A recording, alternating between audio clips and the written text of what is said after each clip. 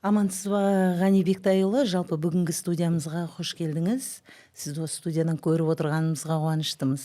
Жалпы, сіз елдің алдына шыққан кезде, жаңағы ұстаздар қауымының алдына шыққан кезде, алып та анадан туады дедіңіз да, халықты ары қарай үйіріп алып кетіп, рас қой, алып анадан туады әкеден емес деп жаңағыдай. Бірден біздің мынау ұлағаттың үстіне саналған ұстаздар қауымын әдем баурап алып кеттіңіз. Жалпы алыптың анадан туатыны рас. Ал алыпты тәрбиелеген ана қандай болады? Өте жақсы сұрақ. Жалпы біз ұлттық құндылықтар жиі айтамыз. Бірақ ұлттық құндылықтың кейде негізгі бізге қажетті тұсы материалдық құндылықтар ма деп шатастырып алып жатамыз. Домбыра немесе киіз үй, ою-өрнек, оның бәрі біздің ұлттық материалдық құндылықтарымыз. Бірақ бүгінгі күні бізге қай құндылықтар баса қажет? Бұл адами қасиетті қалыптастыратын құндылықтар. Мысалы, шәкәрім Құдайбердіұлы айтады, адамның туа біткен 3 құндылығы бар негізгі дейді. Бұл қандай құндылық? Бұл ар-ождан, ұят, намыс дейді. Яғни сіз айтып отырған адамның бойындағы қасиеттердің барлығы сол құндылықтар қайнар көзі болып саналады. Яғни ананы құрметтеу, әйелді құрметтеу, ананы сыйлау, оның қандай құдіреті бар екендігі де осы жаңа шәкәрім айтқан бойында қасиеті бар адамдар айтпаса да түсінген. Біздің бабаларымыз бұған өте баса назар аударып отырған. Сондықтан әрине адамның, ұлттың, баланың тұлға болып қалыптасуында бірінші кезекте қай елде болмасын, қай мемлекетте болмасын, қай ұлтта болмасын, ананың рөлі өте жоғары биік болған. Өйткені ұлтты ұлт етіп қалыптастырушы, мемлекетті, елді ұйыстырушы, оны бірінші кезекте ананың, яғни әйелдің қолынан өтетіндігін біз оны күнделікті өмірден көріп жүрміз. Бала шыр етіп дүниеге келгеннен бастап ананың аялы алақанына түседі. Оның ананың сүтімен нәрленеді. Сөйтіп бойына қуат жинайды. Тәлім тәрбиені сол мектебі тіпті дүниеге шыр етіп келгеннен ғана емес, ананың жөргегінде жатқаннан бастап тәрбие мектебі басталады. Ол ананың сол баланы өмірге әкелуге дайындалып жүрген қыз баланың өмір тыныс тіршілігіне де аса маңызды екендігін біз жақсы білеміз, бұны бабаларымыз да жақсы түсінген. Сондықтан да сіз қойған сұрақ, ол сөзсіз адамның тұлға болып қалыптасуындағы ең негізгі рөлді ойнайтын ол ана екендігін ұмытпау керек. Ендеше соған байланысты анаға деген көзқараста заңды қалыптасу керек. Адам өзі анадан туылғаннан кейін, мынау шаранадан бөлініп шыққаннан кейін, мынау төл бесіктен жер бесікке кеткенге дейінгі аралықта шешесіне кіндігі байланып жүреді дейді. Ол ер адам болсын, әйел адам болсын. Жалпы сіздің анаңыздың осы орайда сізбен араңызды көбірек байланыстырған сөз қандай сөз болды? Жалпы біз тілді әке тілі немесе басқаша атамаймыз, ана тілі дейміз. Бірден бір қазақ ұлты тілді анамен байланыстыратының өзі бұл тәрбиенің ең ұшы биік қайнар көз екенін ұмытпау керек. Ендеше мына ананың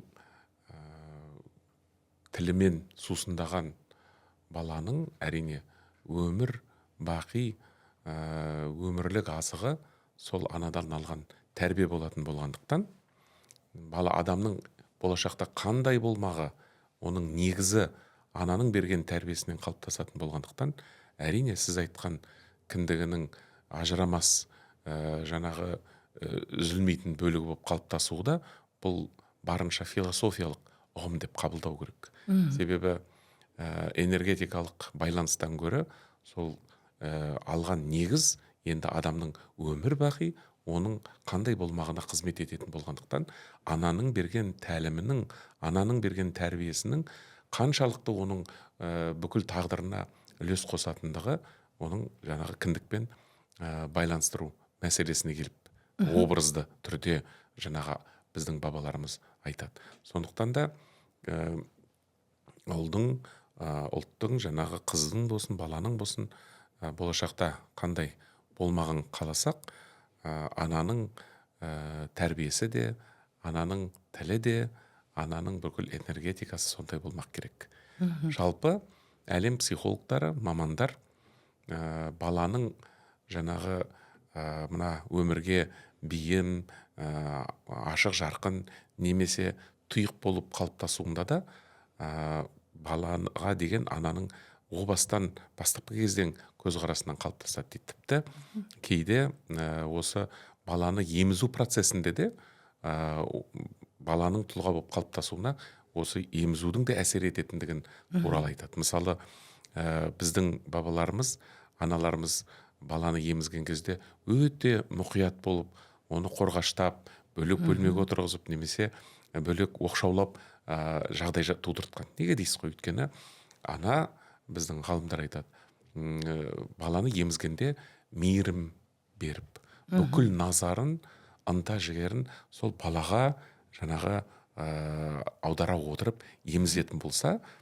бала ашық жарқын, табысты болашақта елмен сондай араласатын керемет тұлға болып қалыптасады дейді. Ал енді баланы емізу барысында ана көбірек басқа дүниеге алаңдап, емізіп жатқан балаға емес, басқа нәрсеге тіпті ол ашуланатын болса, онда бұл да баланың қалыптасу процесіне кері әсер беру мүмкіндігі туралы айтылады. Яғни бала тұйық, жабық, ашушаң болуы да сол баланың ананы емізу процесінің де үлкен рөл ойнайтындығы туралы да мысалы мамандар айтып жатады.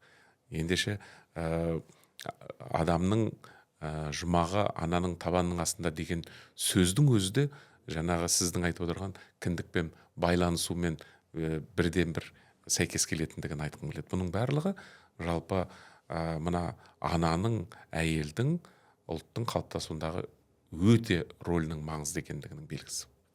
Жалпы енді өзіңіз білесіз, осы орайда жаңағы уызына жарымаған дейді әжелеріміз. Әй, ол патшағар уызына жарымаған деп жатады. Қандай ауыр сөз, былай қарасаң. Патшағар деп ұрсады, оның өзі қандай ауыр сөз. Бізде қазір осы бай болғыр деп ұрсады. Осы сіз анаңыздан ұрыс естіген кезде есіңізде қандай сөз қалды? Мен мәселен әжемнің тәрбиесін көбірек көргем. Қазір сіздің де осы бір мынау байсалдылығыңыз, ұстамдылығыңыз, айтып жатқан сөздеріңіздің арасындағы мынау қазіргі тілмен айтқандай ескілік деп жатады ғой. Ескіліктің сөзін айтты, бірдеңе, соның барлығы сіздің әже тәрбиесін көргеніңізді айшықтап тұрған сияқты, мне кажется. Осы орайда сіз айтыңызшы, мынау сіздің анаңыздың именно сізге ұрысқан кездегі сөзі қандай болды?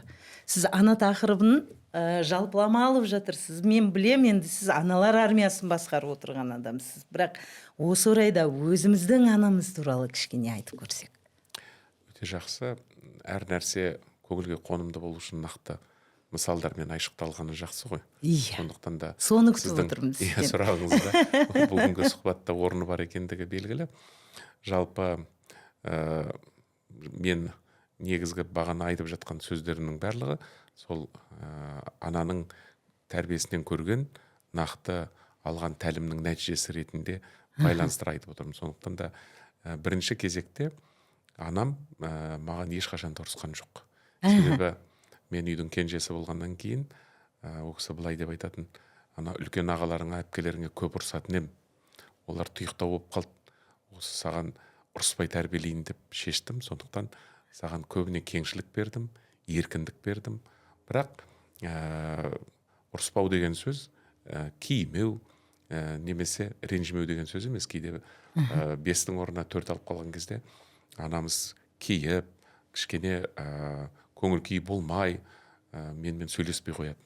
Содан біз соған қатты көңілімізге бір жаңағындай салмақ алып, анамызды сол ренжітпесек екен, сөйлеспей қойды ғой деп өзімізде жабырқап, келесіде жабырқамауға тырысу үшін анамыздың көңіліне ақау түсірмеуге барынша тырысатынбыз.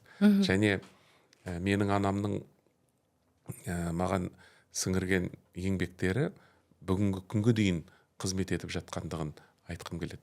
Осы кіндіктің үзілмеуі осы болса керек. Өйткені анам ешкімнің ала жібін аттамау туралы жиі айтатын. Абайдың 5 нәрсеге асық бол, 5 нәрседен қашық болын жиі қайталайтын.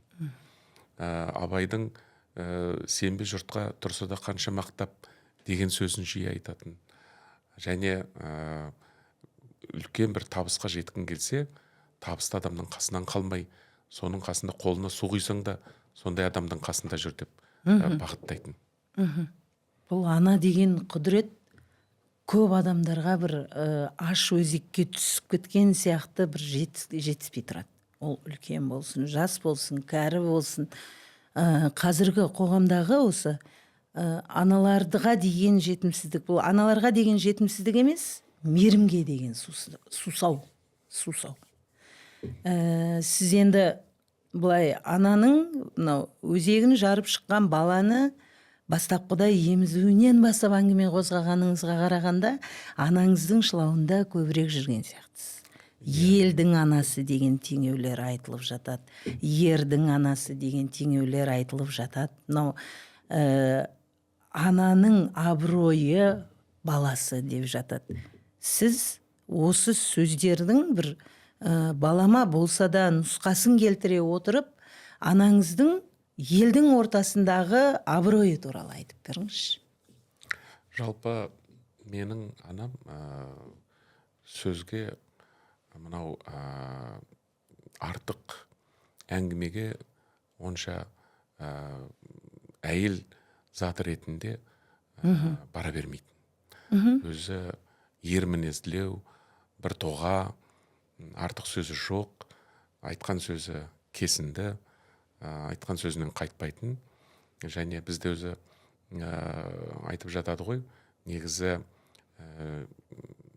жаңағы жігіттік деген сөзді қыздарға да теліп жатады. Ол мына адамның жыныстығына қатысты айтылатын нәрсе емес, адамның мінезіне қатысты болғандықтан кейде мықты мінезі бір тоға әйел баласында жігітек деп айтады деп. Сондай бір біздің елдің арасындағы сөз ғой.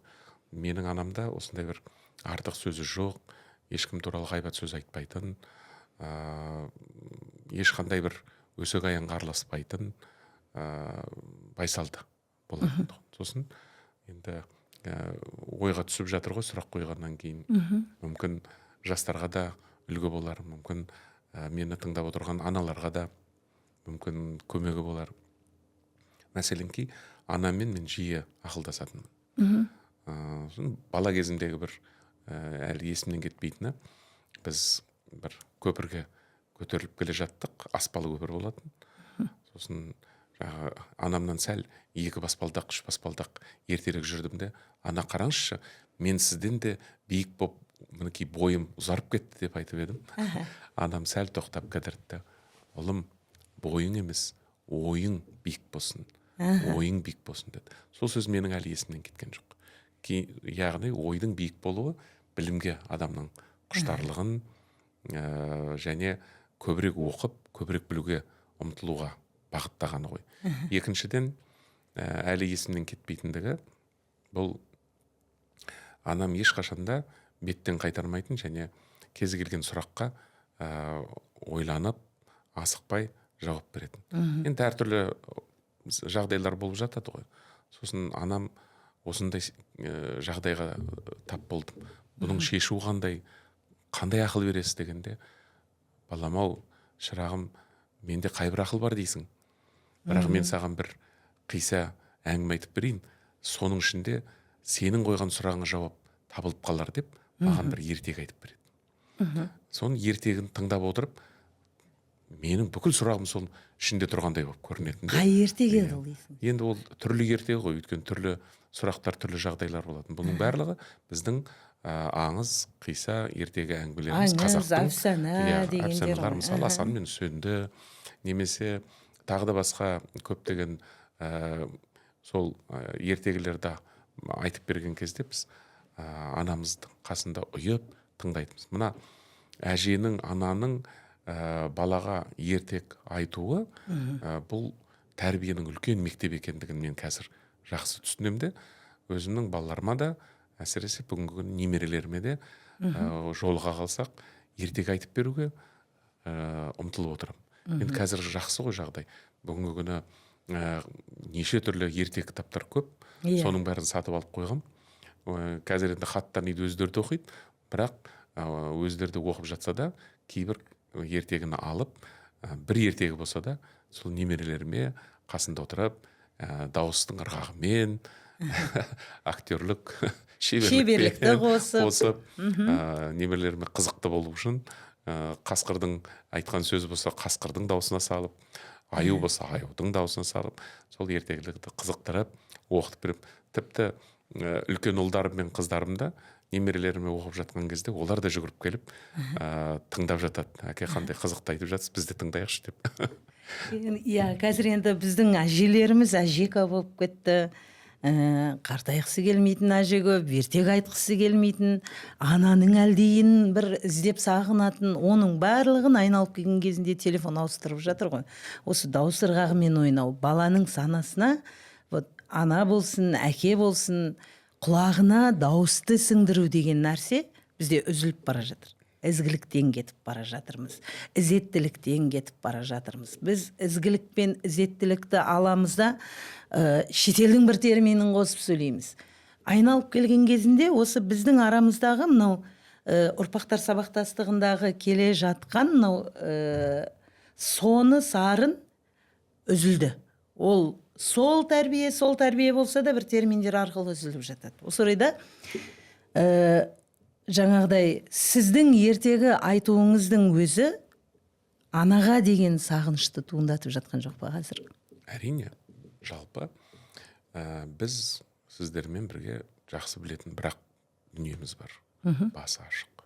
Бұл тәрбие көрумен келетін категория. Оны біздің бабаларымыз шегелеп айтып кеткен. Ата көрген, ана көрген. Ана көрген тон пішеді. Ұяда не көрсең, көрдіңіз бе? ұшқанда соны біледі. Тәрбиенің қайнар көзі отбасы, ұя. Ендеше менің ұлым, қызым, менің ұрпағым қандай болмағын қаласам, мен отбасында сондай саясат жүргізуім керек.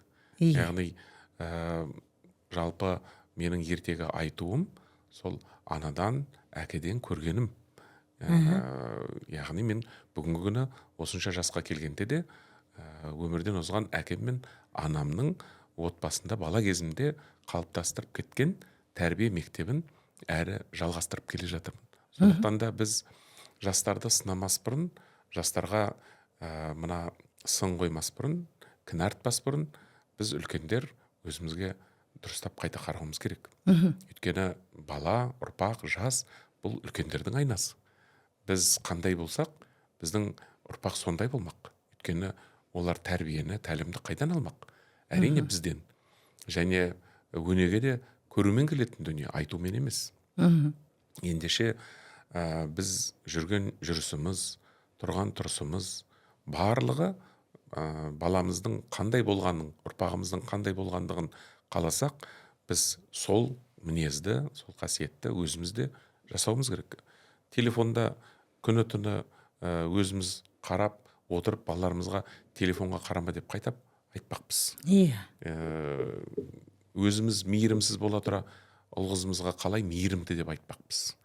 Бүгінгі қоғамда жастар арасындағы болып жатқан дүние бұл біздердің, үлкендердің жасап жатқан тірлігіміздің нәтижесі деп қабылдауымыз керек. Егер жастарымыз қатыгез болып бара жатса, яғни біз үлкендер бір дүниені дұрыс жасамай жатқан шығармыз. Біз бәріміз ойланып қайта қарауымыз керек. Біздің қандай екендігіміздің бағасын осы жастардың қарекетінен айқын көруге болады. Ендеше бүгінгі күні менің бойымдағы жақсылық та, кемшілік те бұл менің әкем мен анамнан салынған жаңағы тәрбие деп қабылдауға болатын шығар деп ойлаймын. Және егер де менің өзімнің ұл қыздарымдағы бойындағы қасиет ол менің берген тәрбием болса, яғни менің бүгінгі бойымдағы қасиет ол маған дейінгі ата-анамның, ата-әжемнің берген тәлім тәрбиесінің негізі. Яғни негіз, фундамент ол отбасынан қалыптасқаннан кейін қалған тәлім тәрбиенің бәрі, қалған жаңағы тәжірибенің барлығы сол негізге барып қалыптаса береді. Егер негіз мықты болатын болса, онда сырттан тек қана мықты дүниелер өзінен өзі жабысып, ары қарай толықтыра бастайды. Ал егер негіз әлсіз болса, онда оған әлсіз дүниелер көбірек үйір болады. Ендеше біз бүгінгі күні әрбір отбасы өзінің ұрпағының сондай ұзағынан сүйіндіргенін қаласа, оның ары қарай жалғасты болғандығын және табысты да дәулетті болғанын қаласа, біз бүгін әрбір қарекетімізді ойланып жасауымыз керек. Мәселен мынандай тарихи оқиға бар. Корея мемлекеті өте бір 20-шы ғасырдың басында жаңағы шектен шыққан кедей мемлекет болған. Сонда мемлекет басшысы, біз егер ұрпағымыз мықты болсын десек, бүгін қандай қиындық болса да соны көтеріп, біз барлық тірлігімізді, барлық қарекетімізді сол болашақ ұрпақтың бақытына қарай қызмет жасаймыз деп қабылдайық деп келісім жасайды да, олар еңбек етеді. Қандай қиын жағдай болса да. Біздің бабаларымыз да біздің бақытты ұрпақ болып қалыптасу үшін қаншама қиындықты бастарынан өткерді. Өзіңіз жақсы білесіз, 20-шы ғасырда қанша ашаршылықтар кезеңі болды. Одан кейін екінші дүниежүзілік, бірінші дүниежүзілік соғыстар болды. Колхоздастыру болды. Біздің ата-әжелеріміз, ата-аналарымыз қандай қиындықтардан бастарын өткерді. Бірақ олардың барлығын біз үшін өздерін құрбандыққа шала отырып, осының бәрін шыдап бақты. Енді біз сол ата-аналарымыздың, ата-әжелеріміздің берген аманатын төгіп шашып алмай, соны жоғалтып алмай, келесі өзіміздің артымыздан ерген ұрпаққа беру біздің міндетіміз. Сол аталардан алған аманатты қиянат жасамай, өзінің болашақ ұрпаққа қайтарып беру біздің басты міндетіміз деп есептеймін. Сондықтан да біз бүгінгі күні енді оны да айтпай кетпеске болмас. Оқу-ағарту министрлігінде де сол ата-аналар, бабалар аманатын толыққанды дұрыс қалыпқа келтіріп орындау үшін бүгінгі күні мемлекет, оқу-ағарту министрлігі біртұтас тәрбие бағдарламасын өмірге енгізіп, соны жинақтап біз қазір беріп жатырмыз. Және білім саласында оны түсіндіріп, ұғындырып, ары қарай бұның жалғасты болуын, бұның нағыз қажетті, маңызды қарекет екендігін түсіндірудеміз. Өйткені мына жалпы адамның адам екендігінің белгісі бұл жаңағы шәкәрім айтқан қасиеттерден қалыптасады ғой. Яғни ар-ождан, ұят, намыс. Намыс адамды қозғаушы күш. Намысы бар адамдар еңбекқор болады. Ол жалқау бола алмайды, жата алмайды. Өйткені намыс оны қамшылап қоймайды. Ал енді ол намыс қамшылап еңбектенгеннен кейін ол міндетті де табысты болады, дәулетті болады.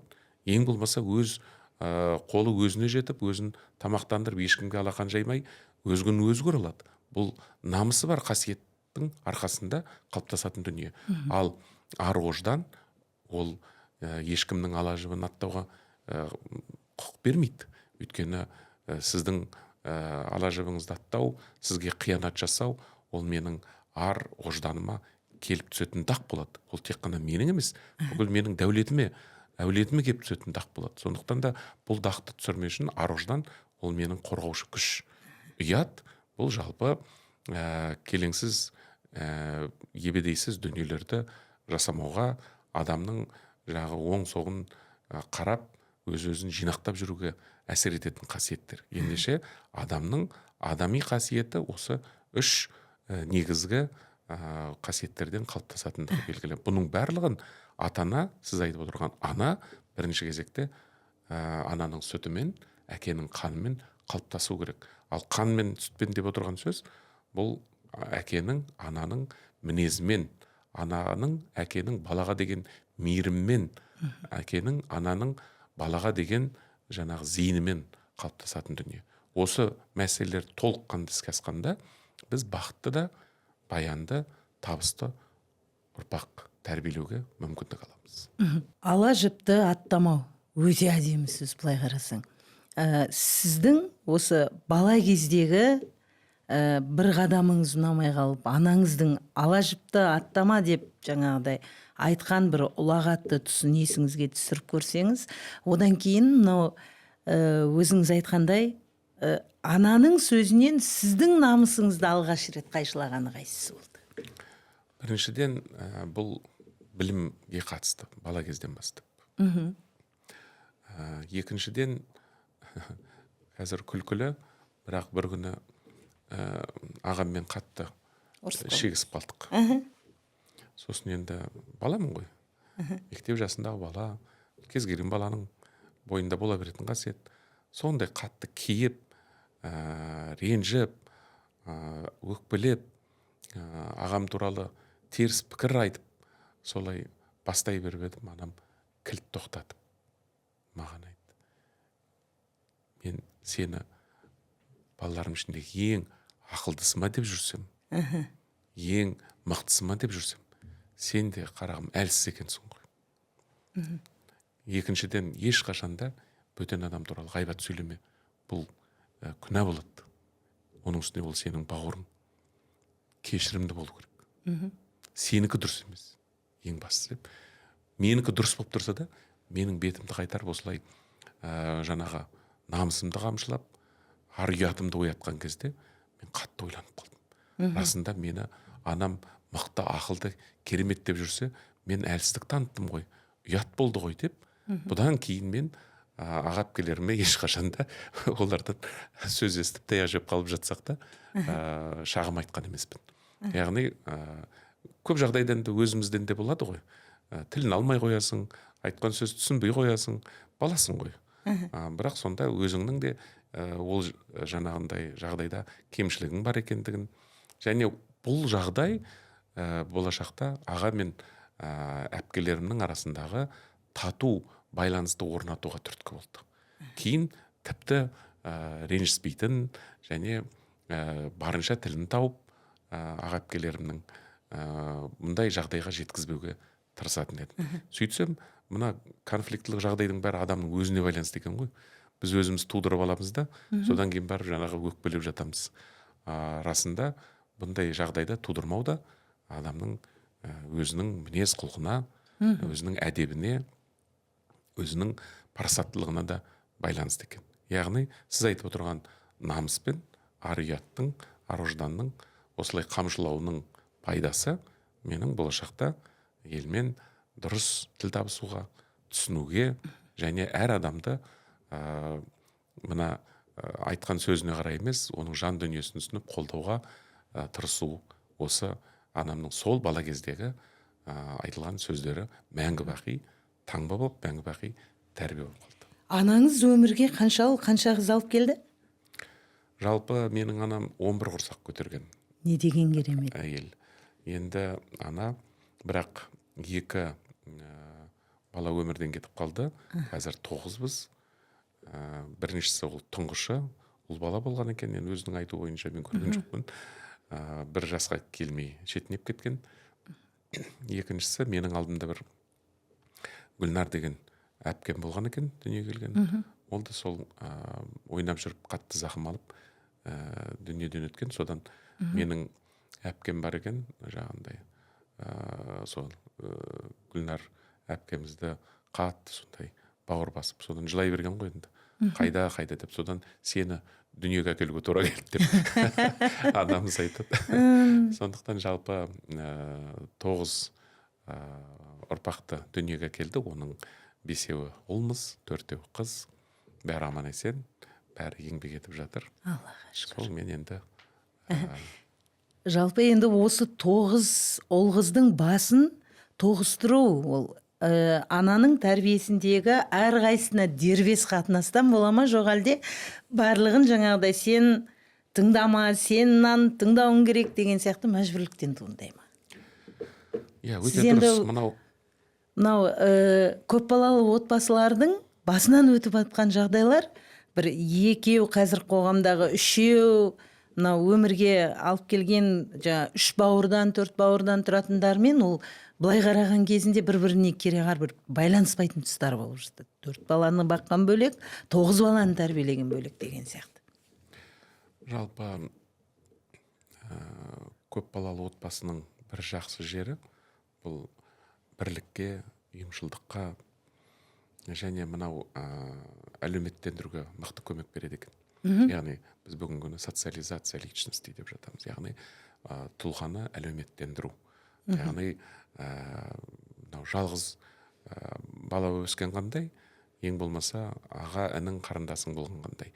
Екі адаммен бірлесіп, бірге ойнайды, бірге сөйлеседі. Осының өзі әлеуметтендірудің алғашқы шарттары болып келеді. Ертең қоғамға шыққан кезде де ол қорықпай, шошынбай, басқа адамдармен оңай тіл табысып кетуге мүмкіндік туғызады. Сондықтан қазақта айтып жатады ғой, жалғыздық Құдайға ғана жарасқан деп. Біздің ауызбіршілігіміздің де мықты немесе әлсіз болуына бірінші кезекте ананың үлкен рөл ойнайтынын мен өз көзіммен көрдім. Бәріміздің рөлдерімізді енді қазір қарап отырсам, біреуміз түлен, біреуміз күлен, біреуміз тағы бірдеңе. Енді бес саусақ бірдей емес қой. Сондықтан сол әр түрлі мінезді балаларын жаңағы бір идеологиямен, қазіргі тілмен айтқанда, басқару тек ол ананың ғана қолынан келетін. Өйткені әкелеріміз табыс тауып алып келеді, барлығын қамтамасыз етіп қояды, соның бәрін жайғастырып, ұқсатып отыратын анамыз болатын. Әйтеуір бәріне жеткіздірдік. Сондықтан жалпы мынау қарым-қатынаста да сенің мынау ағаң, сен ағаңды осылай тыңда, сен мынау ініңе осылай қара, жаңағы деп қарындасына қалай қараудың, әпкеге қалай қараудың, ағаны қалай сыйлаудың, ініге қалай қамқорлық жасаудың барлығын, осының бәрін жіптігін жатқызып, ақыл беріп бағыттап отыратын анамыз болатын. Сондықтан да бүгінгі күнге дейін біз сол анамыздың, әкеміздің салып кеткен сара жолы бүгінгі күні басымыз қосылған кезде де бір түсінбестік жағдайлар туындар жағдайда біз бірінші кезекте сол әкеміздің, анамыздың айтқан сөзін алға тартамыз. Бұл біздің бір конституциямыз, ата заңымыз сияқты. Иә, осылай деп айтып кетті ғой. Сондықтан мына әпкемізді тыңдайық. Аманат етіп кетті ғой. Қайындай жағдай болғанда да бәріміз осы мына әпкемізге бағынуды табыстады ғой. Сондықтан ешқайсымыз қарсы шықпаймыз, барамыз әпкеміздің айтқанын тыңдаймыз дейміз. Немесе мына мәселені шешуді мына ұлға табыстап кетті ғой. Бәріміз жиналамыз да осы ініміз не айтады, соны қабылдаймыз. Мінекей сол әке мен ананың салып кеткен, айтып кеткен аманаттары мынау қанша бала болса да олардың бір-бірінен ажырамай, жаңағы қартайған кезде де бірлесіп өмір сүруі сол отбасындағы әке менен ананың салып кеткен, қойып кеткен тәлім тәрбиенің шеңберінде жүреді екен. Мен қазір сіз сұрақ қойғаннан кейін енді ойланып, еске түсіріп айтып жатқаным. Әйтпесе оны ойлана бермейсің ғой. Дер кезінде. Жалпы анаңыздың соңғы аманаттап кеткен уақытында сіз қанша жаста болдыңыз? Мен 25-те. 25 жаста болдыңыз. Менің қолымнан кетті. Қара шаңырақта тұрдыңыз. Қара шаңырақта мен өзім қараймын деп уәде еткем, сол мен өзім қолыма алып өзім қарадым, әке кеткеннен кейін. Бүкіл енді өмір болғаннан кейін, пенде болғаннан кейін өкініш болады ғой, мүмкін дұрыс қарай алмай қалдым ба, дұрыс баға алмай қалдым ба деп. Бірақ енді қазір енді өмір өте табиғи заңдылық, біреу келеді, біреу кетеді, олай болып жататындығын қазір түсінесің ғой. Енді сол кезде дұрыстап қарай алмадым ба, өзімнің берген уәдемді аяғына дейін жеткізе атқара алмай қалдым ба деген жас кезде өкініштер болатын. Енді 25 деген жас жігіт қой, енді отбасым болды әрине, 2 ұлым болды ол кезде. Сол келген кезде жұмыстан міндетті түрде бірінші үйге кірген бетте анама сәлем бередім. Анама сәлем бермеймін, тіпті жаңағы басқа бөлмеге бұрылмайтын тұғымда. Киімді шешпестен сол анам отырған бөлмеге кіріп, сәлем беріп, келгенімді айтып, сосын барып сыртқы киімдерін шешіп, әйтпесе адам өкпелеп қалатын. Анау кішкентай кезден бір жүгіріп келіп, мектептен үйге жетпей жатып, мамалап кіретін кездер болатын еді ғой? Иә? Тура сөйтіп айғайлап кіретін едіңіз. Айғайламасақ та, енді жас келгеннен кейін олай айғайлай бермейсің, бірақ сол жүгіру, қатты жүгірмесең де, сол бағытталу ол әдет болып қалады, одан ешкім кеммейді деп ойлаймын. Иә. Ананы құрметтеу бұл расында мына бүгінде айтып жатады, адам баласы бақытты, баянды болу үшін, табысты болу үшін бірінші кезекте әке мен ананың разылығын алу керек дейді. Әрине. Яғни қас-қабағына қарау керек. Айтады ғой, әке шешең жаман болса да байлап бақ дейді. Яғни бұндай анаға, әкеге қатысты айтылатын тәлімді, тәрбиелі әңгімелер өте көп. Тіпті бізде мына ананы сыйлаудың, әкені құрметтеуге арналған 44 хадис бар деп естідім. Яғни оның өзі жалпы барлық қоғамда да, барлық адамзатта да бұндай мәдениеттің, бұндай жаңағындай тәрбиенің болғандығы белгілі. Сондықтан да біз бүгінгі күні мәдениеттен, ұлттық құндылықтан арылғымыз келмесе, баянды бақытты өмір сүргіміз келетін болса, бүгін әрқайсымыз тірі жүрген ата-аналарымызға барынша қызмет жасап, көңілінен шығып, разылығын алып, құрметтеуге міндетті сияқтымыз. Сонда ғана бұл барлық мәселелердің төркіні сол жерде шешіліп кете ме дегенде ой бар. Сіз енді қазір кемелденген жастасыз. Бала кезіңіздегі, бозбала кезіңіздегі дейікші, 25 жаста бір өкініштер болды деп тұрсыз. Анаңыздан қай өкінішіңіз үшін кешірім сұрайсыз? Енді сондай бір өкініш жоқ. Өкініштің өзі анамды жеткілікті жаңағы ауырған кезде емдете алдым ба, менің соған күшім жете алды ма. Мүмкін енді ол кезде мен жаспын, қаржым да жоқ, шетелге алып барып емдететіндей. Енді сөйтіп жатады ғой елдер. Мүмкіндік болса, анамды алып қалар ма едім деген бір арман болды ма? Иә, сондай арман ғой енді. Оның өзі өмір келе заңдылық қой. Енді әркімнің өзінің бір дәм тұзы таусылған кезде кетеді. Оған адам қанша өкінгенменен ол адамның қолында тұрған дүние емес қой. Егер адамзат мықты болатын болса, талай мықты бабаларымызды аман алып қалатын едік қой. Сондықтан бұл жерде тағдырға көндігу мәселесі. Енді ауырды, өмірден өтті, өзінің балаларын барлығын көрді. Көңілдің демеу болатындығы 9 ұрпағы да үйленіп, ұлды қызды болып, үй жайлы болып, бәрін көріп кетті. Ең көңілге демеу болатын. Құдайға шүкір. Жалпы енді анаңыз сағынасыз ба қазір? Жалпы бұл философиялық дүние ғой. Адам әрине анасын, әкесін еске алмайтын, сағынышпен еске алмайтын адам жоқ шығар. Бірақ енді онымен өмір сүру ол онша ақылға сыйымды бола бермес. Бірақ ананы, әкені еске алғанда бір эмоцияға салынып қайғыру мәселесінде емес. Тиісінше сол ананың, әкен берген қай тәлімін орындамай жүрмін, қай тәлімін ұрпағыма берсем екен деген оймен еске түсіріп, сол жақсы берілген тәлімдерді өзіңнің ұрпағыңа аманат ретінде беріп қалу. Ұрпақтар жалғастығының, ұрпақтар сабақтасының ең басты көрсеткіштерінің бірі. Сондықтан да біз ең бастысы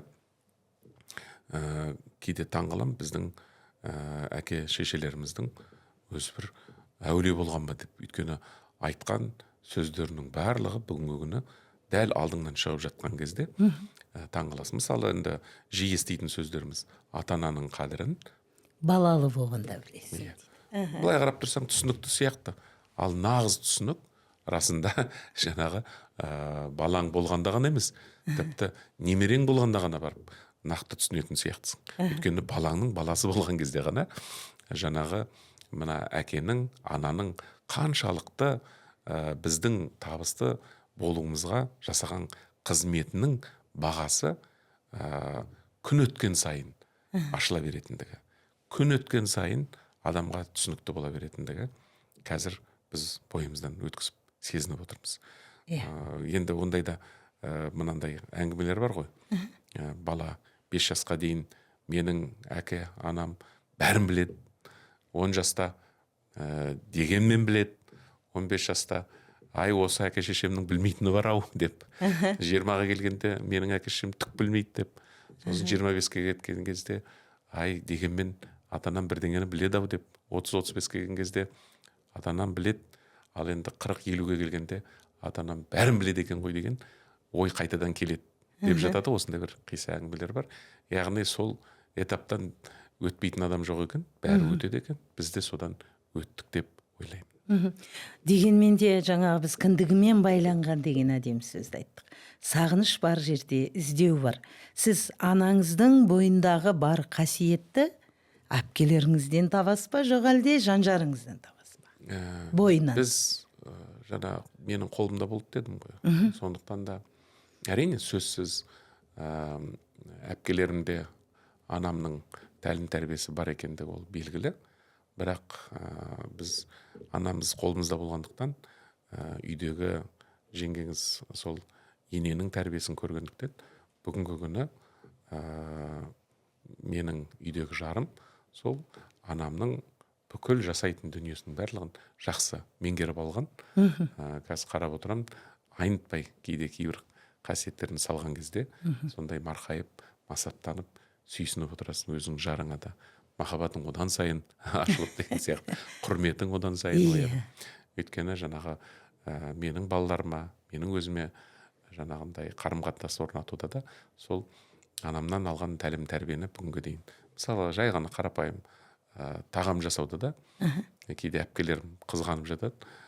Сен біздің анамыздың бүкіл жасайтын құпиялы тамақтарын біліп алғансың, біз білмейміз, сен білесің соны. Анамыз сағынған кезде сол тамақты жеп кетуге саған келеміз деп күліп жатады да. Енді олар да жасайды ғой, бірақ дәл анама ұқсатып жасау қасиеті менің бүгінгі күні үйдегі жарыма берілген деп ойлаймын. Өйткені сол анам жасағандай қылып жасайды енді. Жалпы енді былай ғой, ананың тәрбиесі бір бөлек, ененің тәрбиесі бір бөлек. Мен де енді ененің тәрбиесін көргем, жаңағы сіздің жан-жарыңызға айтылып жатқан, жұбайыңызға айтылып жатқан мәселені маған да айтады, тура енесі ұқсап жинайды, енесі ұқсап істейді деп. Бұл енді қазіргі таңда біз осыдан да кетіп бара жатырмыз ғой. Қазір енді сіздер бала тәрбиесімен айналысып отырғаннан кейін бұл тақырыпты айналып өтпесек болмайды. Мынау ата-ененің қолынан қашатын әлжуаз жастар көп қазір. Ененің тәрбиесін алғаннан гөрі елден кетіп етекте тұрып, жаңағы өзімен өзі болып толып, жаңағыдай енені бір жылында көрсе көрді, көрмесе ол да жоқ, соған бейім болып бара жатырмыз ғой біз. Осы мәселені былай қайтып қоғам ішіне сіңдіре бастау. Мынау тек қана еркек қана емес, еркектің анасы ғана емес, әйелдің өзі де осы қоғамға қайтадан келіп, жаңа қыздың өзі, барлығының үшеуінің жауапкершілігінің бір екенін ұғындыру үшін біз өскелең ұрпаққа не қалай беруіміз керек, осы ұғымды қалай тәрбиелеуіміз керек жалпы? Жалпы өте жақсы келелі мәселені қозғап отырсыз. Бұл өте ауыр тақырып. Иә.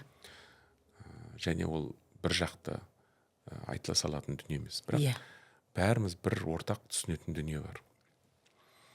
Бұл жерде келін ғана емес, бұл жерде ене де өзгеру керек. Иә. Тек қана енесімен тұрғысы келмейтін келіндер емес, келінмен де тұрғысы келмейтін современный енелер де бар. Ажекалар. Оны қайда жібересіз?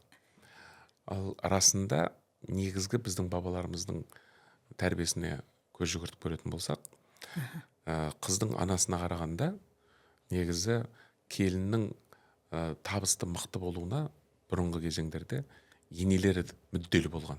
Өйткені неге мүдделі? Өйткені ол әйел жаңағы өзінің ұлынан туатын ұрпақты тәрбиелейтін тұлға.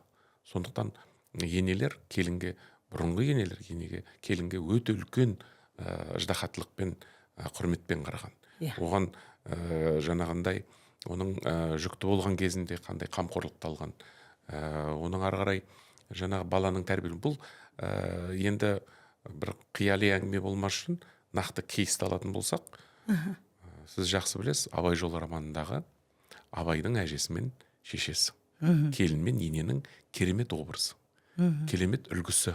Егер біз осы институтты қайтаратын болсақ, онда біз ұтпасақ ұтылмаймыз.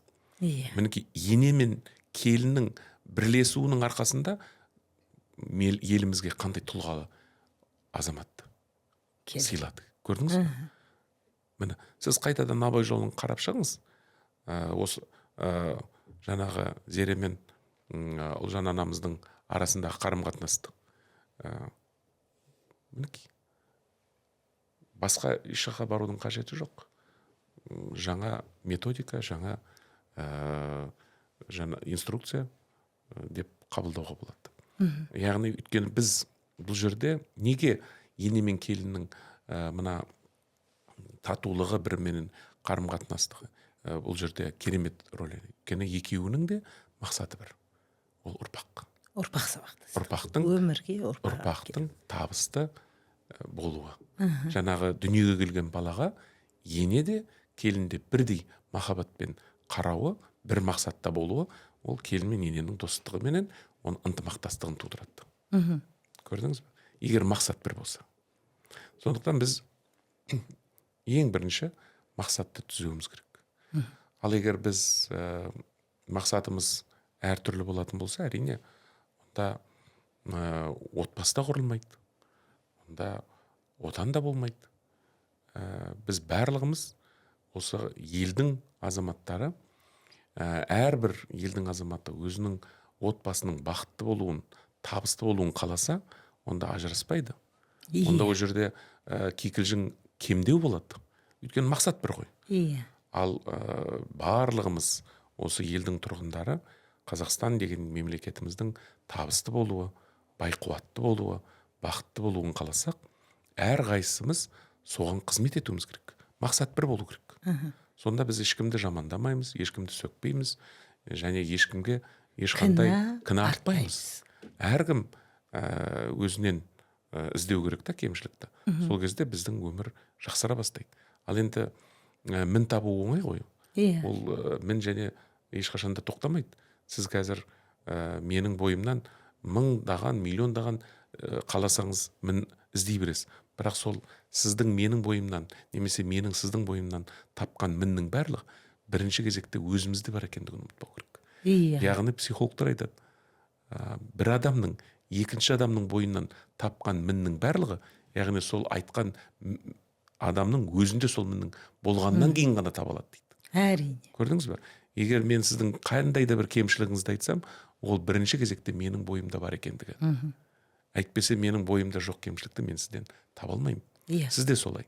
Сондықтан да кемшілік айтуда, бір кінә табуда біз қатты ойлануымыз керек. Сол кемшілік, сол кінәрат бірінші кезекте өзімізде бар емес пе? Яғни біз ендеше соны өзімізден жөндеуді бастауымыз керек. Мықты адам кім? Қай адамды біз мықты дейміз? Біреуді жеңген емес, өзін жеңген адам. Сондықтан егер біз расында мықты болғымыз келсе, өзімізді өзіміз қамшылау, өзімізді өзіміз тәрбиелеу, өзімізді өзіміз жөндеуден бастауымыз керек. Міне, менің анамның да маған берген тәлімнің ең басты кілті де осында болды. Ол айтатын, сен өзгенің ешқашанда кінәсін іздеме. Өзіңде сол кінәнің болмауымен айналыс дейді. Және жаманға күлме дейтін. Жаманға күлме, басыңа келеді балам. Жаманға күлме деп отырған сол жаманға қай кезде күлеміз? Сол жаманды тауып алып, соның жамандағанда ғана ғой. Соның мінін іздегенде ғана. Ал менің анам айтатын, сен уақытыңды біреуден мін іздеп, өз уақытыңды, алтын уақытыңды жоғалтпа. Тиісінше өзіңдегі мінді жөндеуге уақыт жұмса дейді. Осы тәлімнің арқасында үздіксіз өзіңмен айналысу, өзіңдегі кемшілікті үнемі іздеп отыру, өзіңдегі кемшілікпен күресу, өзіңдегі кемшілікті түзеу адамның ары қарай табысты, бақытты болуына бірден бір керемет үлес қосатын. Мен өзімнің өмірімде талай рет кездестім. Әрине, сіз айтып отырған кіндік осы ғой, үзілмейтін. Үнемі өмірде сол анамыздың айтқан қағидаларының барлығы бүгінгі күні менің табысты болуыма бірден бір себепкер болып отыр. Ендеше мен қалай анамды ұмытамын? Яғни кіндік деген сол ешқашанда үзілмейді. Егер анамның берген тәлім тәрбиесі, қағидаттары бүгінгі мынау жасқа келіп отқанға дейін де ұмытылмай, соны мен өмірімнің негізгі ұстаным ретінде анамның айтқан, әкемнің айтқан мына қағидаттарын еске алып отыратын болсам, ана мен әкені ұмытпау деген осы. Ана мен әкенің арасындағы кіндіктің үзілмеуі деген осы. Енді жалпы сіз өзіңіздің анаңыз туралы қазір отбасыңыздың шеңберінде жиі тақырып қозғайсыз ба? Әкеңіз туралы, анаңыз туралы айтасыз ба, әлде бұл тақырыпты жауып тастағансыз ба? Әрине, жиі айтпасақ та, кейде балалардың есінде атасы мен әжесі туралы немерелердің ойында қалу үшін кейбір қажетті, пайдалы дүниелерді айтамыз. Бірақ ол күнделікті, өмір бақи, өмір бойы деген әңгіме емес. Өйткені әрбір баланың ойында жүреді. Сіздің де, менің де, осы әке мен шешемнен бөлек менің қайдан шықтым өзі? Атам қандай еді? Әжелерім қандай еді? Аталарым қандай еді? Ар жағда ұрпақ қандай еді деген, меніңше біздің қазақ қоғамында кез келген біздің азаматты мазалайтын сұрақ. Сондықтан да олардың көкірегінде де ондай сұрақ қалып қоймас үшін, әрине, менің ата әжем туралы әке шешемнің айтқанын, және жалпы өзімнің әке шешемнің қандай болғандығын өзімнің балаларыма, немерелеріме айту парыз. Олардың мәңгілік есінде қалу үшін, қайдан шыққандығын тегін біліп отыру үшін ол өте маңызды. Бұл да тәрбиенің кілті. Яғни мына елді ұйыстыратын, отбасын біріктіретін ең басты құралдардың өзі осында жатыр ғой. Сосын жалпы бірлесу де содан басталады ғой. Қайдан шыққандығын, неден екендігін, олардың жалпы сіздің ұрпағыңыздың осы елге қызмет ету үшін сіздің де ата-бабаларының, яғни оның ата-бабаларының да кезінде елге қызмет еткеннің арқасында осындай елде өмір сүріп жатқандығын еске салып отыр. Ол не үшін керек? Олар да мемлекетке, елге қызмет ету қажеттігінің маңыздылығына мән қойдырту. Сонда олар да біздің ата-бабаларымыз да осылай жасаған екен ғой.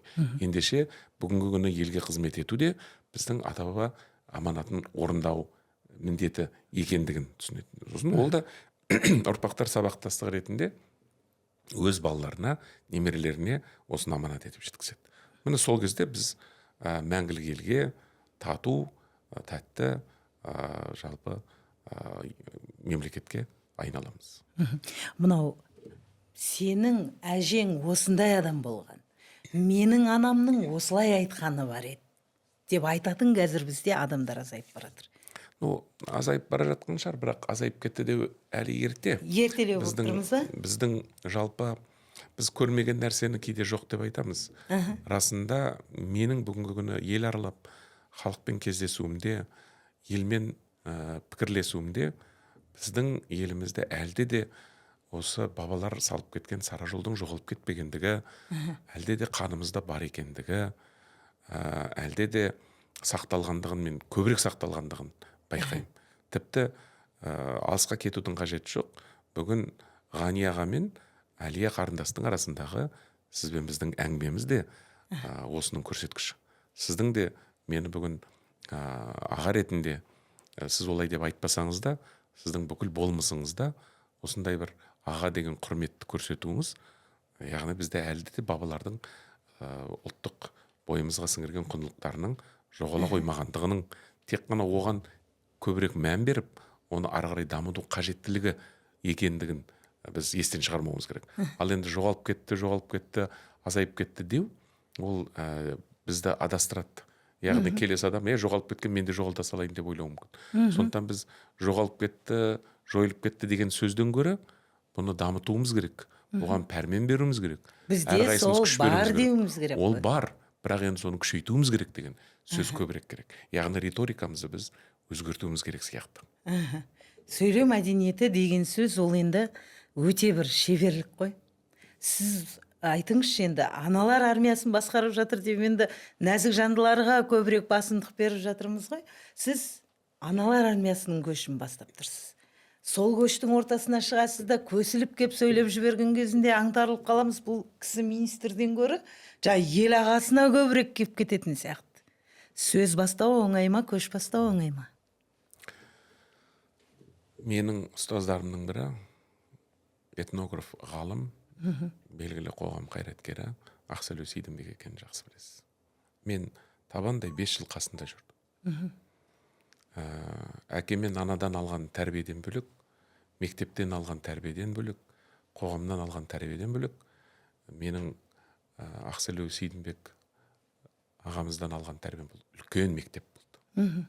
Бүгінгі күні егер де жақсы сөйлей алып жатсам, сол ұстазымның арқасы деп білем. Өйткені қазақ тілі мен әдебиетінің маманы болғаныма қарамастан, қазақ ауылында туып өскендігіме қарамастан, мен сөйлеу мәдениетінің үлкен деңгейін осы ағамның қасында жүріп көп ұқтым, көп түсіндім. Мәселен ол кісі маған енді 20-дан асқан 27-дегі жас жігіт болдым. Сонда үнемі айтып отыратын, ғани сөзді дұрыс сөйлеу керек. Сөз саптауыңды жөнде. Қалай болса солай сөзді қолданба. Біздің бабаларымыз сөзге мұқият болған. Сосын маған сұрақ қояды. Мына орыс тілінде весна пришла, весна наступила дейді әрі кетсе. Ал қазақтар осы 4 мезгілді туындаған қалай айтады, білесің бе деді. Мен енді тосыннан қойылған сұраққа сәл кідіріп ойланып қалдым. Сосын менің қатты ойланып кеткенімді сезді де Ақселеу ағам былай деді. Қазақ әрбір сөзді орнымен пайдаланған. Сондықтан да сөз жүйелі болғаннан кейін ол егесіне жетеді да, ол адамға пайдалы болады. Сенің есіңде болсын. Бізде қазір көктем келді, қыс келді, жаз келді, күз келді деп жаза береді. Ол біздің табиғатымызға келмейді. Негізі қазақ әрбір сөзге салмақ, әрбір сөзге ой салып отырған. Сондықтан да көктемді келді демеген, көктемді туды деген, көктемде барлық дүние тулады, жаңарады. Жазда келді демеген, шықты деген. Себебі жазда барлығы шығады. Ал күзде түсті деген. Себебі күзде бәрі қазан болып піседі, түседі. Тек қана қысты ақ киімді, денелі ақсақалды, соқыр мылқау танымас тірі жанды. Үсті басы аққырау, түсі суық, басқан жері сықырлап келіп қалды. Яғни қысты ғана келді дейтін болған дейді. Мінекей содан бері мен әрбір сөзді орынмен пайдалану үшін сөйлеген кезде осы мәселеге қатты көңіл бөлемін. Және үнемі сөз сөйлеуде қаншалықты дұрыс еместігіне қатты жауапкершілікті сезініп отырамын. Біз бүгінгі күні осы сөз түзеу мәселесіне де қатты көңіл бөлуіміз керек. Сіз жаңа жақсы айтып кеттіңіз. Сөйлеу барысында кейбір шетелдік сөздерді немесе тағы басқа кірме сөздерді орынды орынсыз қоя саламыз. Ол әрине адамға кішкене былай жайлап айтқанда, жұмсақтап айтқанда түсініксіз болып жатады. Ал неге біз кейбір адамдарды үйіп тыңдаймыз да, соңғы кезде сөз тыңдаудан қалып бара жатырмыз. Сөз тыңдаудан қалып бара жатыруымыз сөзді жүйелі айтатын адамдардың азайып бара жатқандығынан емес пе дегенде күмән жоқ емес. Яғни біз сөзді түзеуіміз керек, сөзге қатты мән беруіміз керек. Сөз түзілгенде ғана ой түзеледі, ой түзілгеннен кейін бой түзеледі, бой түзілгеннен кейін барлығы өз орнына келе қояды. Яғни біз сөзді гуманитарлық дүние деп категория деп қарастырамыз. Олай емес. Сөзде математикалық құрылым бар. Әрине. Сондықтан мана ойыңды жеткізе алу, айтар сөзіңді дұрыс жаңағы саптай отырып қалыптастыру, жеткізу, бұл өте үлкен жауапкершілікті маңызды іс. Сондықтан да біз мына жаңағы ел ағалары болсын, ұстаздар болсын, жалпы ақсақалдар болсын, ата-аналар болсын, баламен, қоғаммен тілдескен кезде айтар ойымызды қайнатып, пісіріп, не айтқымыз келді, не үшін айтқымыз келді, соның бәрін айшықтап алуымыз керек та. Әрине, мысалға мектеп қабырғасында шешендік өнер дейді бізде, атам қазақ. Сөз өнері шешендік өнер дейді. Аламызда дебат дейміз. Мысалға біздің әке-шешелеріміз 90-шы жылдарда алдыда алағабын арқалап кетті. Білімді ұстаз берді. Сол кезде шешендік өнерге ден қой дейді, қазір дебат дейді. Интеллектуалды шоу дейді, ол біздің көсемдік өнері, зияткерлік өнері деген сияқты. Осылай бір термин сөздерді сонда кезіндегі 90-шы жылдарда қабарқалап кеткен ата-анамыз қазір әже. Немере жүгіріп келеді бір жаңаша терминді айтады. Ай, мен оны қаяқтан білем? Ол не еді деп бізге хабарласып жүрді. Біз енді көбіне көп бала тәрбиесінде жаңа әжесі көбірек бір білім алып береді дейміз да, жаңа тәлім береді деп сояқ қарай сырып тастаймыз, жұмыста боламыз бірдеңе. Кейін айтсам мама, ол кісі айналып келген кезде бағана мен айтып отырған үндестік. Үндестіктің атауы өзгерді, болмысы сол күйінде қалды. Осы орайда осы балалармен жаңағы үндестікті ата-ананың арасындағы, ата-әженің арасындағы үндестікті жойып алмау үшін біз жаңа терминдерді, жаңа термин екен, ол бір керемет сөз екен деп сарт еткізгеннен гөрі осы шешендік өнер деп айтсақ қандай керемет. Жалпы біз шешендік пен бәдіктікті шатастырмауымыз керек. Иә, ол да бар. Шешендік ол сөйлей беру емес. Иә. Кейде сөйлемейді адам шешен бола алады. Иә. Үндемеудің өзі шешендік. Керек болатымыз. Көп сөйлегенді ақылды емес, үндемей қалған жерді ақылды деп айтуға.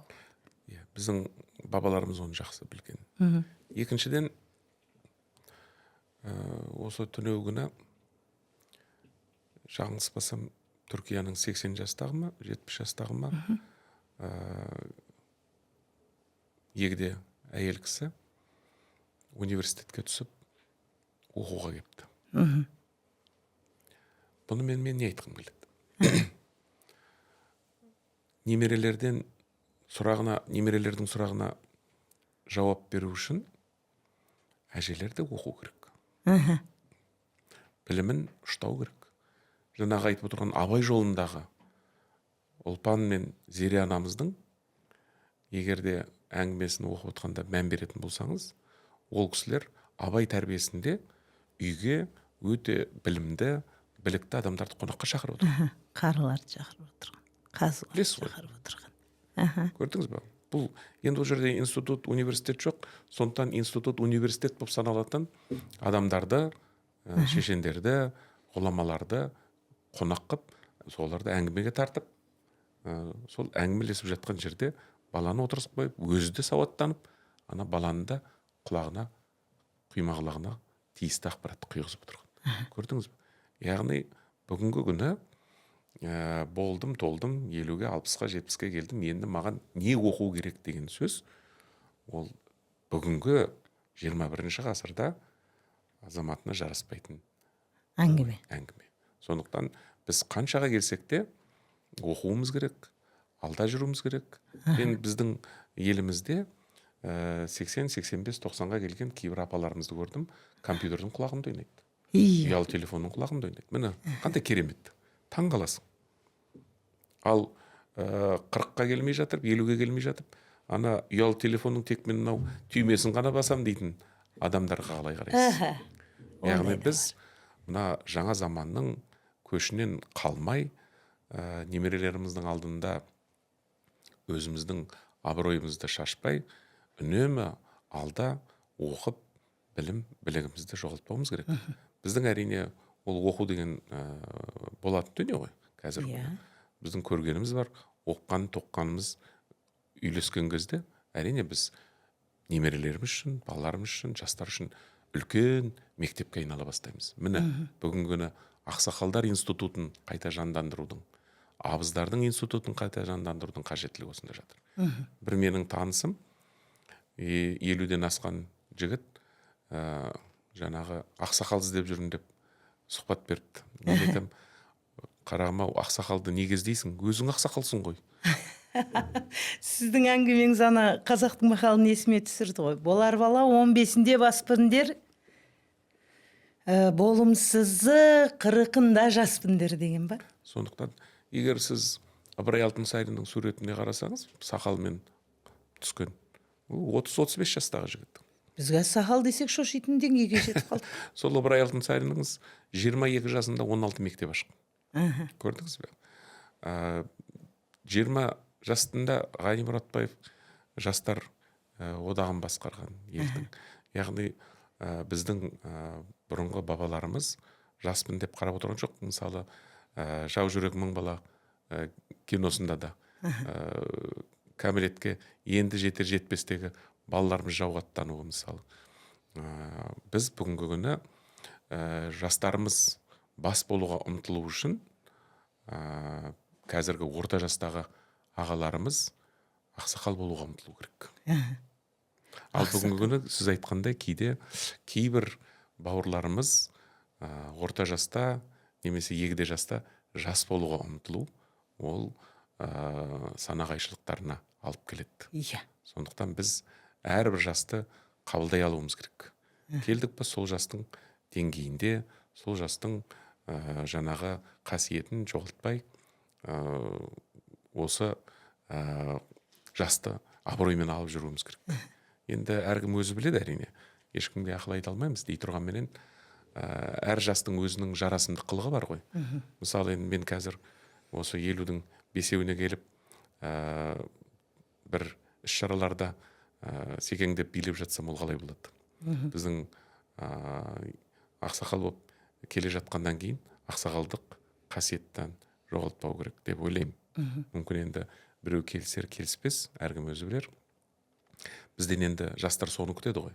Салиқалықты, сабырлықты, салмақтылықты. Әдемі қартаю жазбаған деп өзіміз кейде сөз тіркесінде қолданып кетеміз. Сол емес, біз бұрынғы апаларымыз көргенде қандай әдемі сүйкімді еді. Кимешектерін кигенде тіптен бал-бұл жайнап кететін еді. Солай ғой. Сондықтан менімше енді әрбір жастың өзінің бір керемет қасиеті мен ерекшелігі бар.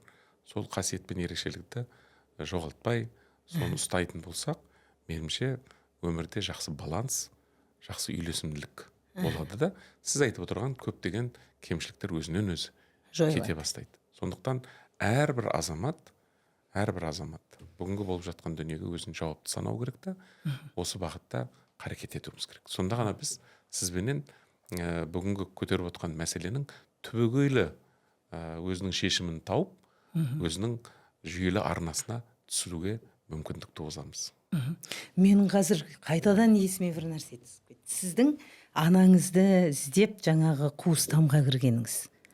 Ана мен баланың арасындағы психологтардың тілімен айтқанда вербалды знактарына құшақтайтын беді, сіз құшақтайтын бедіңіз, маңдайынан сүйетін бедіңіз, қарым-қатынас қандай болатын еді араларыңызда? Өте жылы.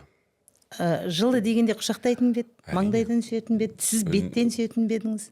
Үнемі мен 25-ке келгенге дейінде, келгеннен кейінде, 2 балам болып жарым болғанда да, анамды кішкентай бала сияқты көрген кезде күнде 5 рет көрсем, 5 рет құшақтайтынмын. Ол кісі де 5 рет көрсе, 15 рет көрсе де маңдайымнан сүйіп, бір иіскелеп алады.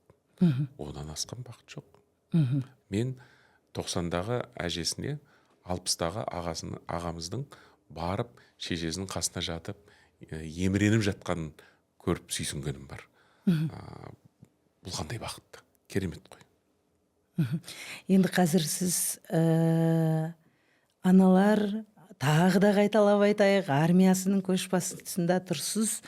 Сіздің қазір тағы бір білім саласын алып келе жатқаныңыз, әңгімеңіздің ішіндегі осы бір білім саясатында аналарды қорғау керек деген ойыңыз. Аналарды қорғау керек деген ойыңыз, ұстаздарды қорғау керек деген оймен сабақтасып жатыр ма? Жалпы бұған дейін бізді көп қынжылтатын нәрсе, анамен бала жабырылып кеп мұғалімді тәрбиелей бастады. Мұғалім баланы емес. Осы бір соны неге бір жүйеге түсіп, қазір кішкене жөнделіп қалды ғой енді. Ананы қорғау керек дегеннің астарында не жатыр? Жалпы бүгінгі қоғам түбегейлі әйелге көзқарасты өзгерту керек. Қызға көзқарасты өзгерту керек. Өзгертетін еш нәрсе жоқ. Оның барлығы біздің бабаларымыздың тәлім тәрбиесінде, мінезінде, құлқында, қасиетінде барлығы тұр. Салт дәстүр, әдет ғұрпында. Біз оны ескіліктің жарқын шағы деп лақтырып тастамай, біз оған келуіміз керек. Енді оны заманауиландырып, түрлендіре отырып, керемет жерлеріне мән беруіміз керек. Ол қандай?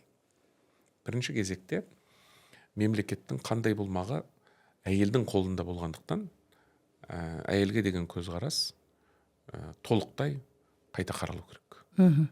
Яғни біз бірінші кезекте, егер жүйелеп айтатын болсақ, қыз тәрбиесіне дұрыс қайта мән беруіміз керек. Қазақта қызға 40 үйден тию дейді ғой.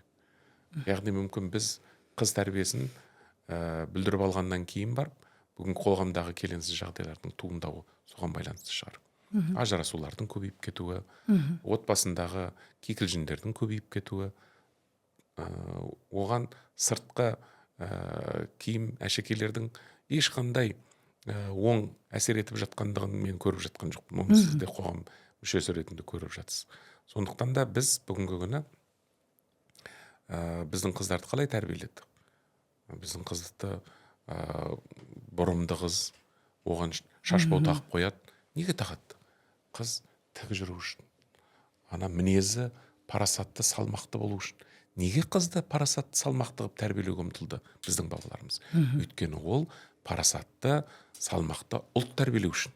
Өйткені ол ұлтты тәрбиелейтін, ұлды қызды тәрбиелейтін ана болып отырғаннан ертең ана болады ғой. Сондықтан да ол бір қызды шектеу, немесе бір қыздың, әйелдің құқығын шектеу емес. Тиісінше елге сапалы ұрпақ әкелетін бірден бір тұлға болғандықтан қыз балаға біздің бабаларымыз өте ерекше мән берді. Екіншіден, өзіңізге белгілі, бізде мына қарындас деген категориялық ұғым бар. Өзіңіз жақсы білесіз, аңыз әңгімелер, әпсаналарды қарайтын болсаңыз, Қорқыт атамыз аяғының саусағы тиіп кеткендіктен қарындасына, енді аңызда айтады ғой, жерленген кезде сол аяғын не дейді, көмдірмей жерлендір деген. Бұл философиялық тұрғыдан қарайтын болсақ, яғни әйелге ұрмақ түгілі саусақ тигізуге болмайды деген сөз. Ол қазір қарындас деп тұрмыз. Енді айналайын-ау, сенің үйіңдегі әйеліңде біреудің қарындасы ғой. Иә. Солай емес пе? Солай. Ендеше сіз өзіңіздің қарындасыңызға құрметпен қарайтын адам, ол өзінің әйеліне де құрметпен қарайды. Ол өзгенің әйеліне де құрметпен қарайды. Өзінің анасын құрметтейтін адам, өзгенің де анасын құрметтейді. Біздің қазақ осындай болған. Бір үлкен 20 ғасырда үлкен бір көтеріліс болған кезде, сол көтерілісті ешкім тоқтата алмағанда, ақ жаулықты ана сол көтеріліске шығып келатқан адамдардың алдынан шығып, басындағы ақ жаулығын алдына төсеген кезде, ана келе жатқан үлкен тобыр кілт тоқтат дейді. Қараңызшы. Ешкім тоқтата алмаған, оқ тоқтата алмаған, қару тоқтата алмаған тобырды, топты ананың ақ жаулығы тоқтатып отыр. Яғни біздің қоғамда, біздің бабаларымызда анаға деген құрмет, ана деген ол әйел ғой, әйелге деген құрмет жоғары болды. Неге? Өйткені біздің қазақ әйелдері де сондай еді. Құрметтеуге, сыйлауға тұрарлық еді.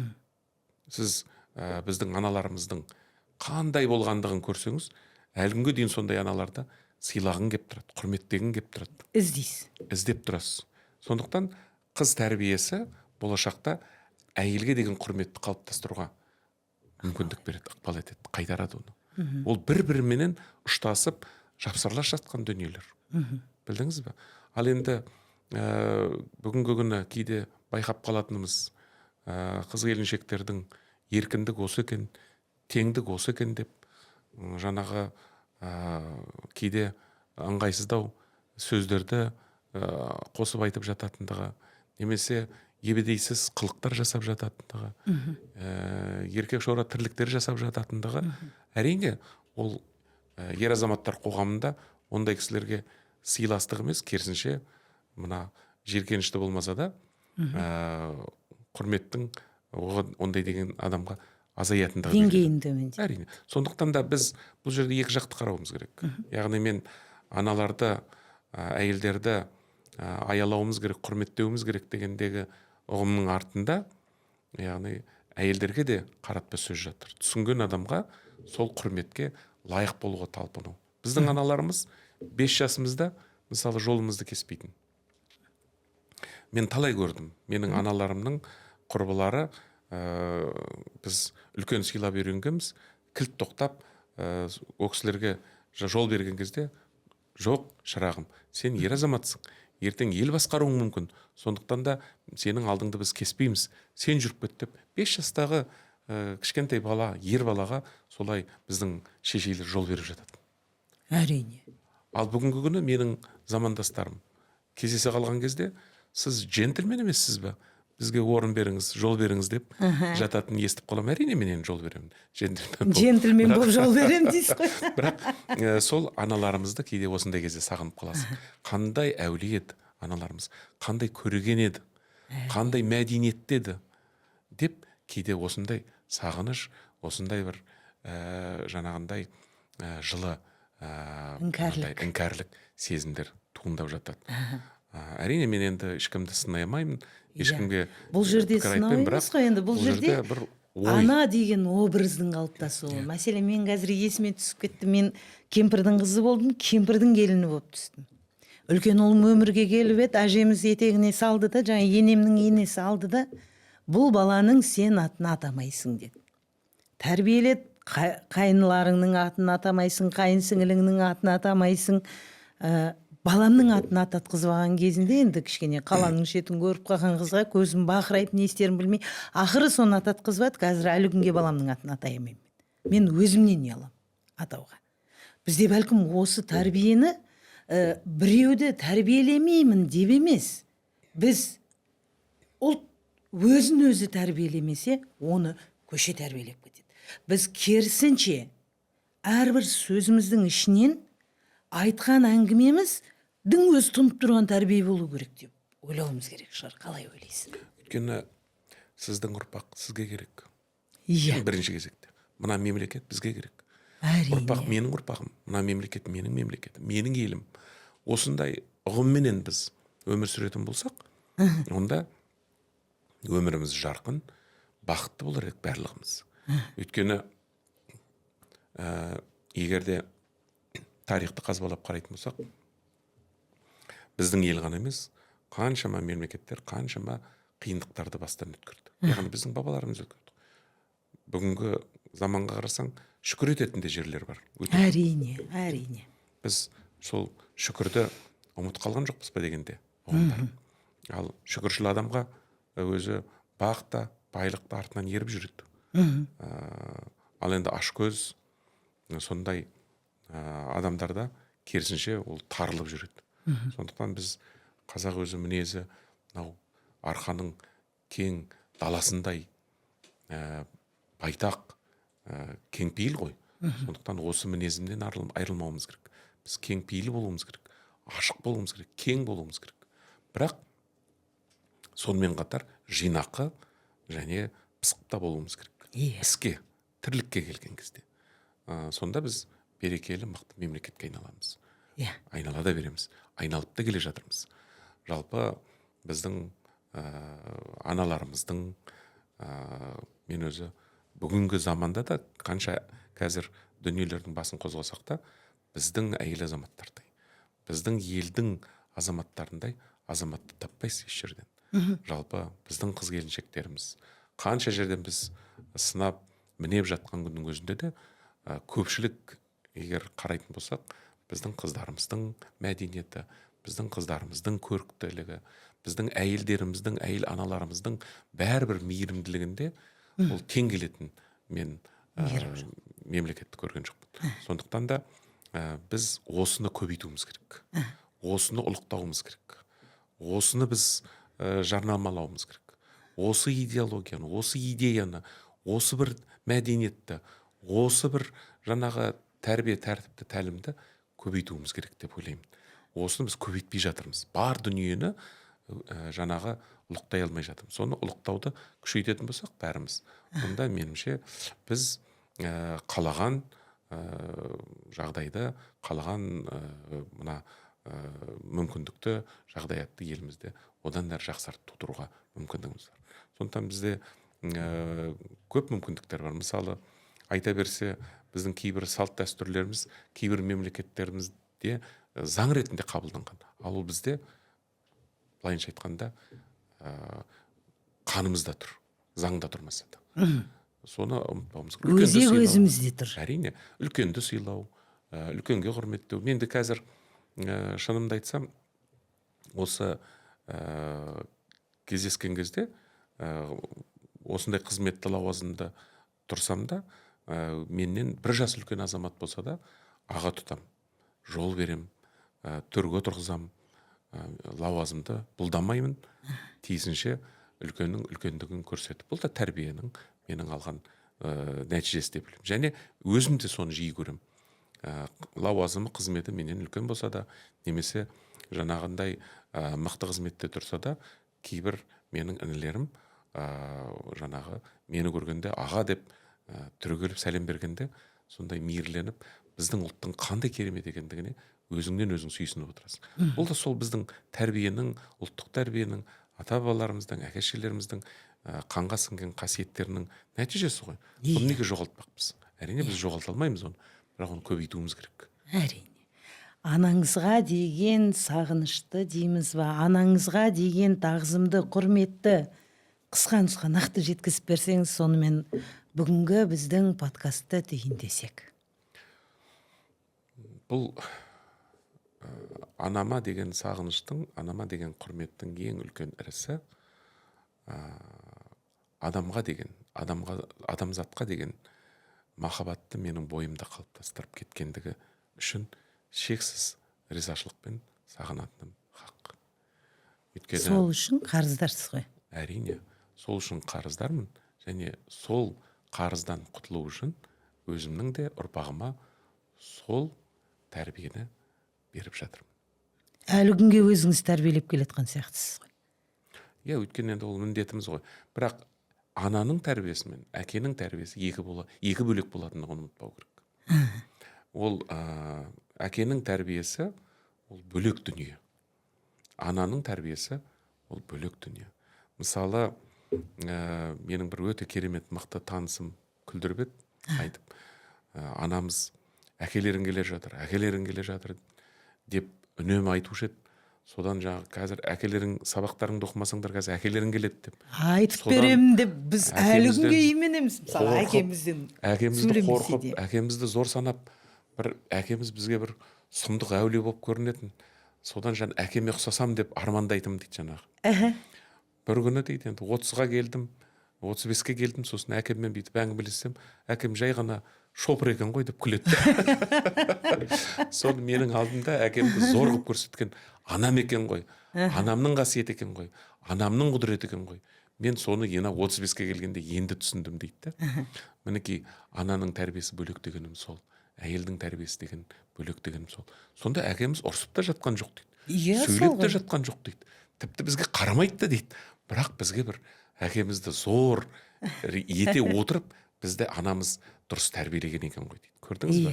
Сондықтан ананың рөлі, ананың жалпы қасиеті, жалпы әйелдің қасиеті, және неге біз әйелдерімізді қорғауымыз керек, аналарымызға құрмет беруіміз керек дегендегі мәселенің ар жағында түпкі мақсат ой осында жатыр. Біз сондай аналарды қайтару үшін, сондай аналарды көбейту үшін біз аналарға көзқарасты өзгертуіміз керек. Демек біз үшін ана образы жаңағы Олжан апамызбен, Зере апамызбен, Бертіндегі Амина апамызбен, Бибігүл Төлегенова апамызбен тоқтап қалмау керек. Ана образы, ана деген әдемі ат жалғаса беру керек. Бізде ондай аналар әлде де бар. Бар, жетеді. Және олар әлі де көп. Сіздің ана ұлтты тәрбиелейді деп жай елдің алдында шыққанда бір әдемі бір леппен айтатыныңыз сол екен ғой. Ана ұлтты тәрбиелейді. Амандықта қауышқанша ұлт боламыз десек, алдымен бесікті, есікті, өзімізді, жөнімізді білейік. Амандықта қауышқанша. Сау болыңыз.